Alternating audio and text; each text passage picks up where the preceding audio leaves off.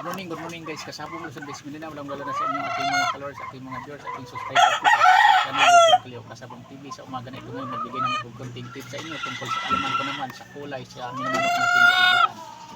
Anong pinagkaiba ba sa tinatawag o dalusapi o pulang linaw na parehas lang naman pula? Ipapaliwanag ko sa inyo mga mabuhan pala. Tulad nito, kulay-kulay ko siya. Ang pulutan niya medyo may pagkalait. Tapos ang paan nito niya puti, white pit. Ito ang tinatawag nila o pulang linaw dahil puti ang paa. Kapag nagiging dilaw ito ang paa, dilupit, ang tawag naman nila dalusapi. Sa paa ang binabasihan nila.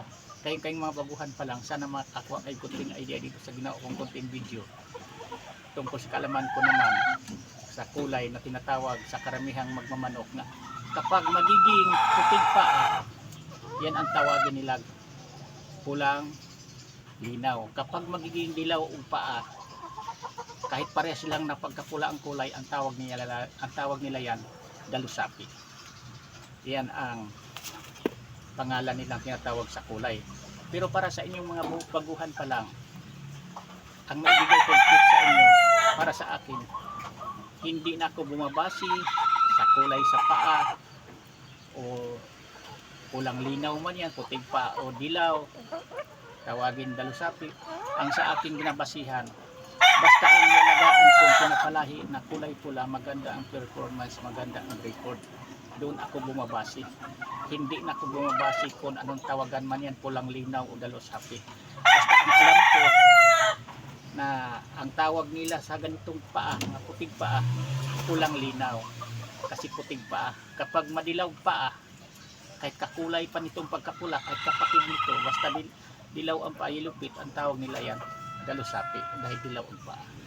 Yan ang tinatawag karamihan sa magmamanok. Kaya lang, bawat isa sa atin, kanya-kanya naman ang paniwala natin. Basta tayong mga kapwa ko magmamanok, lalong-lalo kayong mga baguhan pa lang, ang maibigay ko lang advice sa inyo, maibigay kong tips na rin na huwag tayo nga basyadong bumabasi na maganda ang kulay puting paa dahil kulang linaw, maganda ang kulay kung pa ang mamanukin natin dahil tinawag dalusapi. Lamang daw yan sa kulay-kulay.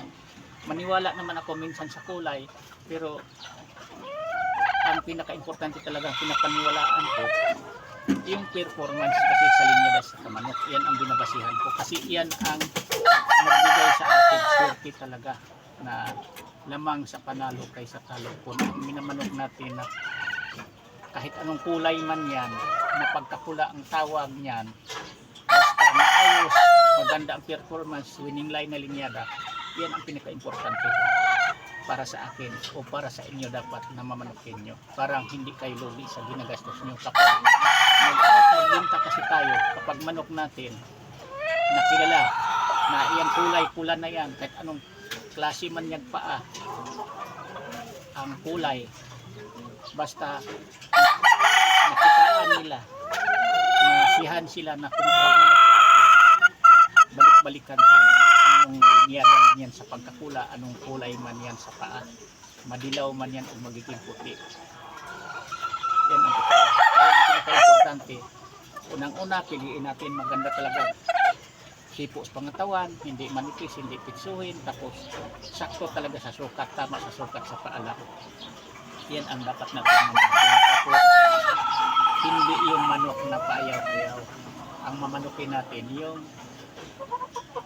medyo advantage na maglaban, hindi ulit na maglaban, para nga pagdating katulad itong edad na 6 months pa lang, hindi na umayaw, dami nang gustong bumibili. Maibalik na natin, mababawi na pala natin ang ating ginagastos kanila kung maglabas tayo, mag-out, magbinta. Ganun lang ang pag-alagag manok. Parang tumagal tayo dito sa industriya sa pagpapalahi ng manok. Kailangan ang mamanukin natin yung manok na hindi tayo mapag-iwanan sa kapwa nating nag-alagag manok nagpapalahi, para nga mabilis lang natin mababawi ang ating ginagastos at saka balik-balikan sa namimilig manok sa atin ang ating mga alagang manok. Kasi hindi ka na balik-balikan yan sa totoo lang kapag ang minamanok mo at ano pa yan kagwapo, kapisoy, ka-quality, kapag hindi naman maganda ang performance, hindi na yan babalik sa iyo kasi hindi nila nagustuhan ang minamanok mong linyada na pinapalain mo. Pinaka-importanting mamanokin natin yung hindi lang tayo nakagusto, pati yung namimilig manok sa atin nagustuhan din nila. Yan ang pinakadabis nating padamihing manok. Yan lang, maraming salamat ulit sa pagpanood. Thank you, bye bye, bukas ulit ibang topic, pabaliwanag ko sa inyo.